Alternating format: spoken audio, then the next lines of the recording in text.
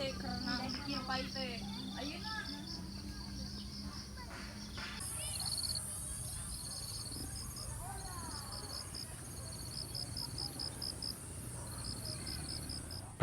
and sisters, dari kemarin saya nanya ke teman-teman tentang olahraga apa yang digeluti oleh orang-orang yang cerdas begitu. Mayoritas jawabannya itu catur.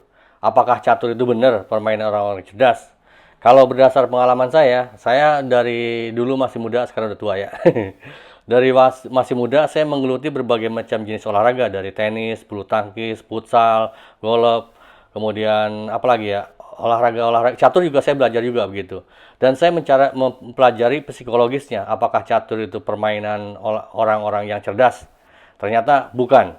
Nah, sebelum dilanjutkan, tolong teman-teman apabila berkenan tolong di-share video ini supaya viewernya banyak ya. Supaya teman-teman tahu olahraga yang dimainkan oleh orang-orang cerdas. Kemudian di channel ini juga saya membuka challenge. Jadi siapa aja yang menang biasanya kita menyediakan hadiah, dan saya juga sedang mencoba mencari sponsor supaya siapapun yang menjadi pemenang akan dapat hadiah yang lebih layak lah begitu. Nah, kembali lagi ke olahraga yang ini, olahraga yang digemari oleh orang-orang cerdas. Perlu kita ketahui bahwa semua manusia itu dengan hormat, maaf, bodoh. Tidak ada dasar dari kitab agama manapun atau dari referensi manapun yang menyatakan bahwa kita manusia itu pintar. Manusia itu tidak ada yang pintar. Menurut penelitian, otak manusia itu hanya selama ini dipakai cuma 5% begitu. Bahkan Einstein sendiri yang katanya pintar, Einstein itu bilang begini. Dia bilang bahwa saya nggak pintar, saya cuma luar biasa ingin tahu. Itu kuncinya, luar biasa ingin tahu. Jadi yang membedakan seseorang dengan lainnya adalah kemauannya gitu. Kalau otaknya sama, kapasitas otaknya sama. Nah, untuk sifat manusia, coba Anda lihat di referensi ya. Sifat manusia buat kita yang muslim ya, dalam Al-Qur'an itu yang pertama itu manusia itu sukanya berkeluh kesah dan kikir. Itu dasarnya Quran surat Al-Ma'arij ayat 19. Silakan cek kalau Anda nggak percaya. Manusia kan apa-apa ngeluh. Dikasih panas, panas. Dikasih dingin, dingin. Dikasih manis, manis. Ngeluh aja bawaannya itu. Kita manusia tuh gitu. Kemudian sifat yang kedua, yang kedua itu kita lemah. Apa-apa tuh baik secara fisik ataupun nafsu, kita tuh nafsuannya gede. Kemampuan minim gitu. Itu dasarnya Quran surat Ar-Rum ayat 54. Silakan aja referensinya gitu. Anda lihat. Dan yang ketiga ya, yang jelas nih ya, yang menyatakan bahwa tidak ada manusia yang pintar. Sifat manusia itu zalim dan amat bodoh. Sungguhnya manusia itu amat zalim dan amat bodoh. Bukan hanya bodoh loh, kita amat bodoh dan amat zalim. Itu dasarnya Quran surat Al-Ahzab ayat 72. Silakan cek oleh Anda. Orang manusia kita yang kemaruk, pengennya difasilitasi, pengennya menguasai orang, itu jelas amat zalim dan amat bodoh. Kalau menurut Ken Kait, sifat manusia itu kita manusia ya, termasuk saya juga manusia bukan kura-kura.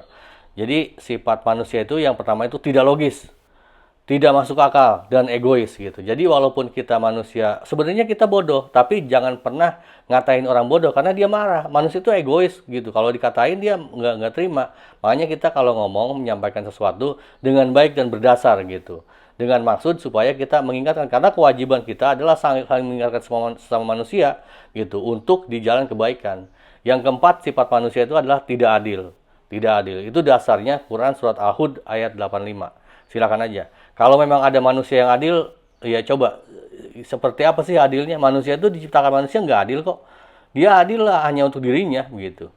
Nah, jadi dengan dasar itu, dengan dasar bahwa kita manusia itu amat zalim dan amat bodoh, maka kita santai aja ngelihat orang parkir di trotoar gitu yang seharusnya buat orang jalan, ngelihat orang trotoar dipakai buat seliweran motor, wajar gitu, karena kita manusia bodoh kok gitu. Dengan begitu kita tenang gitu.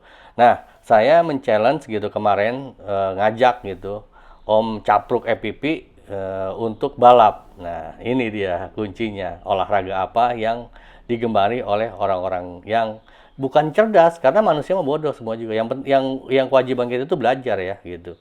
Yang membedakan orang yang berusaha untuk memaksimalkan potensi dirinya atau tidak adalah kaitannya dengan kecepatan.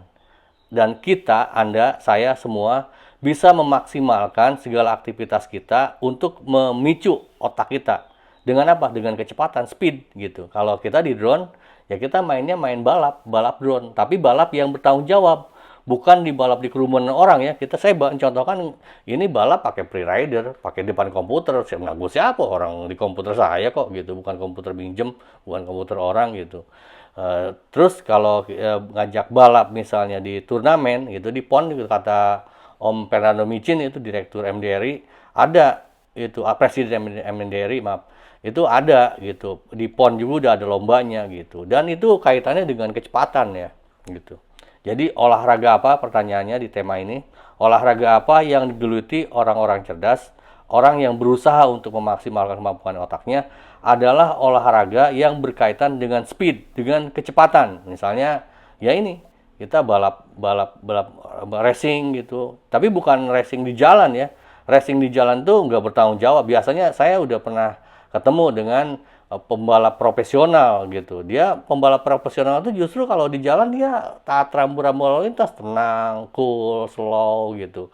Sebaliknya orang yang misalnya naik bus itu oknum-oknum supir bus yang semaunya sendiri gitu, balapan di jalan itu, kalau dikasih sirkuit yang beneran malah melempem. Ya maaf-maaf aja, jangan begitu, jangan diturutin tuh oknum, itu nggak bagus tuh, jelek banget itu. Kita jangan kayak begitu. Kita balap itu di turnamen resmi dan tidak mengganggu orang, gitu kuncinya gitu. Dan saya sendiri secara pribadi saya menyadari bahwa kalau udah makin tua itu kemampuan kecepatan tuh makin turun kok, tapi kemampuan menganalisis biasanya makin nambah biasanya loh ya gitu. Kalau saya mungkin udah lambat, kemampuan analisis juga payah gitu, makanya saya minta masukan dari teman-teman gitu. Dan dengan hobi ini kita bisa saling sharing. Dan saya untuk bulan depan kemungkinan saya akan mencoba untuk menawarkan, ini ada remote yang saya nggak kepake, saya akan jadikan challenge, dan di antara teman-teman yang berkenan untuk ikutan, welcome, very welcome gitu. Kira-kira demikian yang saya sharingkan. Sekali lagi saya sampaikan bahwa olahraga atau aktivitas yang berkaitan dengan kemampuan otak adalah olahraga yang berkaitan dengan kecepatan. Anda ibu-ibu pun bisa misalnya masak di rumah cepet, wah nyuci cepet, nah itu cerdas gitu. Misalnya nyuci Anda 2 minggu nggak kering-kering, nah itu berarti hujan mulu gitu, bukan nggak cerdas gitu. Kira-kira demikian yang saya sharingkan. Awesome dan terima kasih.